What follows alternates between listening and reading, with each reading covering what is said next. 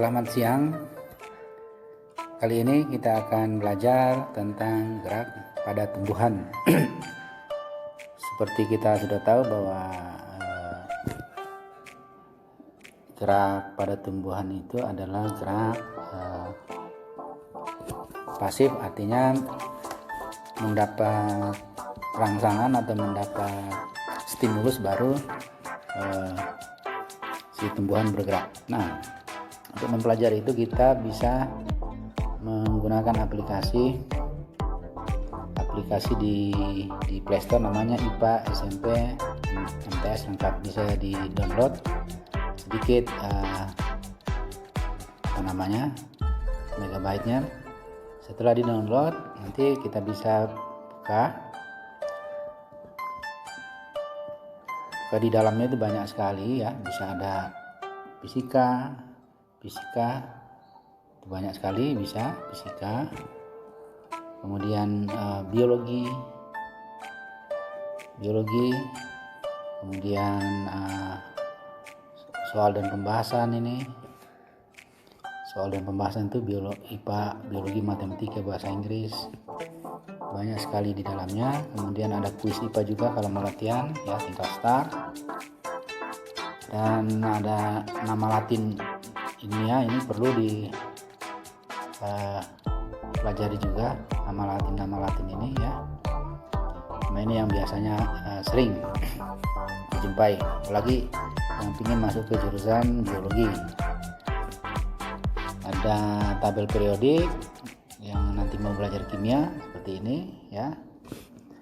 Kemudian juga ada buku yang lain ya, seperti bahasa Indonesia, bahasa Inggris, biologi, ringkasan materi UN, dan lain-lain. Ada juga buku pemerintah ya, buku pemerintah. Nah, sekarang kita akan membahas atau belajar tentang gerak pada tumbuhan. Kita klik, lalu ini bisa digeser ke depan ini, tapi sangat panjang. Kita klik daftar isi saja, lalu kita cari gerak tumbuhan. Nah, klik gerak tumbuhan. Nah, ini ada gerak tumbuhan ya. Kita mulai dari yang pertama. Gerak tumbuhan ya, gerak tumbuhan.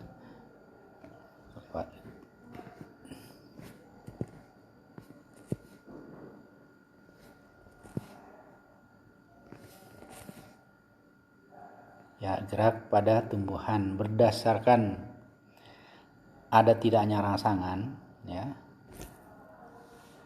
Gerak pada tumbuhan dibedakan menjadi dua, gerak endonom dan gerak etionom atau esionom, biasa disebut juga seperti itu. Jadi gerak endo itu dari dalam, dipengaruhi oleh faktor dari dalam. Kemudian etionom dipengaruhi oleh faktor dari luar ya. Yang ini salah ketik ini, faktor endonom. Yang pertama adalah gerak tropisme. Gerak tropisme adalah gerak tumbuhan yang arah geraknya dipengaruhi oleh datangnya rangsangan. Ada tropisme positif yang mendekati rangsangan, dan ada tropisme negatif yang menjauhi rangsangan. Jenis tropisme berdasarkan rangsangan. Ada 5 jenis gerak tropisme ya. Fototropisme, gerak tropisme karena pengaruh rangsangan cahaya ya. Kemudian ada geotropisme. Geo itu gravitasi bumi, jadi dipengaruhi oleh gravitasi bumi. Misalnya gerakan pada akar tumbuhan, ada yang selalu masuk ke dalam pusat bumi. Kemudian tikmotropisme, gerak tropisme yang disebabkan sentuhan, misalnya pada tumbuhan pemanjat. Kemotropisme,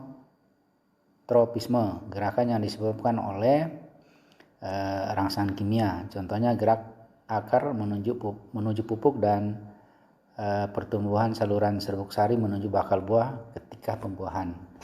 Kemudian hidro itu karena air, rangsangan air. Jadi Tropisme itu ada 5, foto, geo, tikmo, kemo, dan hidrotropisme. Kemudian gerak nasti. Gerakan nasti adalah gerak yang tumbuhan yang arah geraknya tidak dipengaruhi oleh datangnya rangsang, disebabkan oleh perubahan turgor pada jaringan di tulang daun. Ada nasti, jadi tidak dipengaruhi oleh datangnya rangsang. Ada 3, yaitu tikmonasti, niktinasti, dan fotonasti. Tikmonasti ini karena ada sentuhan ya, seperti pada putri malu. Kemudian nasti, gerak nasti karena pengaruh gelap, misalnya merunduknya daun-daun anggota pemilih leguminosae pada sore hari. Kemudian fotonasti. Lanjut kita ke tikmonasti. Keempat itu termonasti, gerakan akibat rangsangan suhu. Nasti kompleks, ini gabungan dari ketiga-tiganya. Jadi gerakan tropisme itu 5, kemudian nasti itu ada 5 juga. Kemudian taksis adalah gerakan yang akibat rangsangan dari luar. Jenis-jenisnya adalah gerak taksis karena rangsangan cahaya, itu fototaksis ya. Kemudian kemotaksis karena rangsang kimia, contohnya sel pada gamet pada lumut. Kemudian galvanotaksis ya, taksis karena pengaruh arus listrik, contohnya bakteri ke arah kutub positif dan ke arah kutub negatif. Nah, demikian kita bisa belajar dari aplikasi ini, gerak-gerak pada tumbuhan. Tentunya informasi yang ada di sini nggak selengkap yang ada di buku, oleh karena itu bisa digabungkan, belajar dari sini dan juga belajar dari buku atau dari sumber-sumber lain seperti di internet.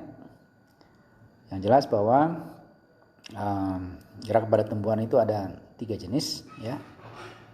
Tropisme, taksis, dan nasti. Nah, gerakan pada tumbuhan itu gerakan yang pasif, artinya harus ada rangsangan dulu baru bisa bergerak, bisa melakukan gerakan. Kalau di hewan itu namanya gerak aktif ya, gerak aktif. Jadi tanpa rangsangan pun mereka bisa bergerak, berpindah tempat. Jadi pada tumbuhan itu gerakannya itu tidak berpindah tempat hidupnya ya. Ada yang berpindah, ada yang tidak. Nah, itu bedanya taksis sama nasti ya. Oke, demikian pelajaran untuk gerak pada tumbuhan. Dan tugasnya hari ini supaya bisa menghafal adalah membuat rangkuman dalam bentuk lagu ya. Jadi lagu yang sudah dihafal itu diganti syairnya, lalu dinyanyikan, boleh di syuting, boleh rekam suara saja, kata-katanya diganti dengan gerak pada tumbuhan ya. Misalnya contohnya nanti saya kirim ke video yang lain, contohnya misalnya gini, gerak pada tumbuhan ada 3 macamnya, gerak taksis, nasti, dan juga gerak tropisme, la la la la la la la. Nah, kayak gitu ya. Atau bisa mencari lagu yang lain yang dihafal, kemudian diganti kata-katanya persis, lalu dinyanyikan.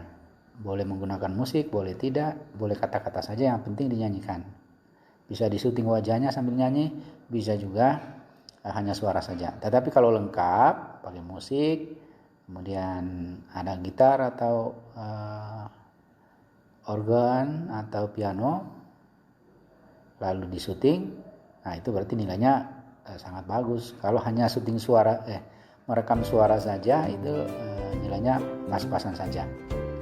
Apalagi kalau tidak membuat ya. Jadi tugasnya dibilang simple ya simple, dibilang sulit ya sulit, tapi harus dicoba untuk dikerjakan ya. Nanti yang kalau bagus nanti kita upload di YouTube dan IG. Oke, demikian pelajaran hari ini. Sampai berjumpa di pelajaran berikutnya.